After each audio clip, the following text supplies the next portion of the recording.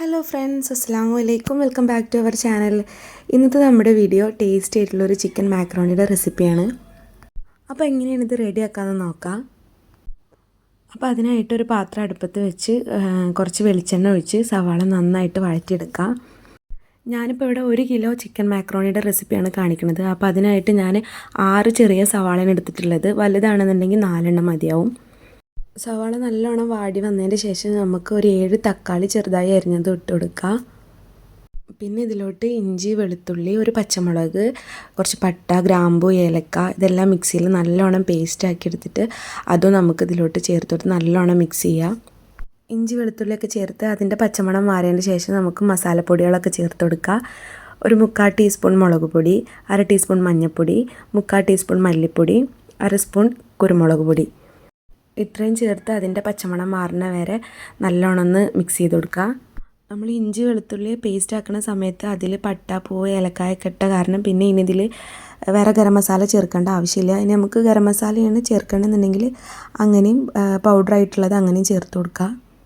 ഇനി നമുക്ക് ചിക്കൻ ഇതിലോട്ട് ഇട്ട് കൊടുക്കുക. ഞാനിപ്പോൾ ഇവിടെ 1 കിലോ ചിക്കനാണ് എടുത്തിട്ടുള്ളത്. 1 കിലോ മാക്രോണിക്ക് 1 കിലോ ചിക്കൻ എന്നുള്ള കണക്കിനാണ് എടുത്തിട്ടുള്ളത്. ഇനി അത് അടച്ചു വെച്ചിട്ട് നമുക്ക് ചിക്കൻ വേവാനായിട്ടൊന്ന് വെയിറ്റ് ചെയ്യാം. ചിക്കൻ വേവുന്ന സമയം കൊണ്ട് നമുക്ക് കുറച്ച് വെള്ളം തിളപ്പിക്കാനായിട്ട് വെക്കാം. അപ്പോൾ നമ്മുടെ ചിക്കൻ ഇവിടെ ഒരു 3/4 വേവായിട്ടുണ്ട്. ഇനി നമുക്കിതിലോട്ട് കുറച്ച് മല്ലിച്ചപ്പും കറിവേപ്പിലയും ഇട്ട് കൊടുക്കാം. ഇനി നമ്മൾ നേരത്തെ തിളപ്പിക്കാനായിട്ട് വെച്ച വെള്ളം നല്ലോണം തിളച്ചിട്ടുണ്ട്.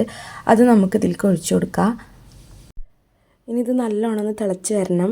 ഞാനിതിൽ മക്രോണി ഡയറക്റ്റ് ഇതിലോട്ട് ഇട്ട് കൊടുക്കുകയാണ് ചെയ്യുന്നത്. ഞാനിപ്പോൾ ഇവിടെ മാക്രോണി സെപ്പറേറ്റ് വേവിച്ച് മസാലയിൽ മിക്സ് ചെയ്യല്ല ചെയ്യുന്നത്. എല്ലാം കൂടി ഒരുമിച്ച് കുക്ക് ചെയ്തെടുക്കുക ചെയ്യുന്നത്.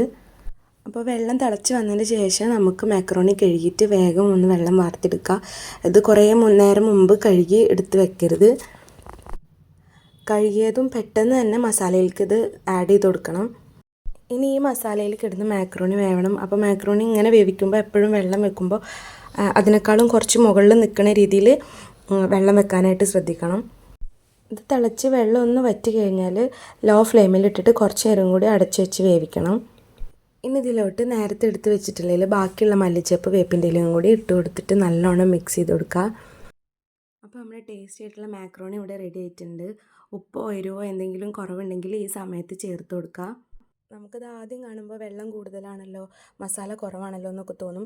പക്ഷെ ഒരു വെന്ത് കഴിഞ്ഞ ഒരു അരമണിക്കൂർ അടച്ച് വെച്ചിട്ടുണ്ടെങ്കിൽ നമ്മൾ കഴിക്കുന്ന സമയമാകുമ്പോൾ നല്ല പെർഫെക്റ്റ് ആയിട്ടിരിക്കും. ഇതിൽ വെള്ളത്തിൻ്റെയും അതേപോലെ തന്നെ ഓയിലിൻ്റെ അളവും കുറഞ്ഞു പോയിട്ടുണ്ടെങ്കിൽ നമ്മുടെ മാക്രോണി ഭയങ്കര ഡ്രൈ ആയി പോവും. അപ്പോൾ ഇത്രയേ ഉള്ളൂ ഇന്നത്തെ നമ്മുടെ വീഡിയോ ഇഷ്ടമാണെങ്കിൽ തീർച്ചയായും നമ്മുടെ ചാനൽ ലൈക്ക് ചെയ്യുക, ഷെയർ ചെയ്യുക, സബ്സ്ക്രൈബ് ചെയ്യുക.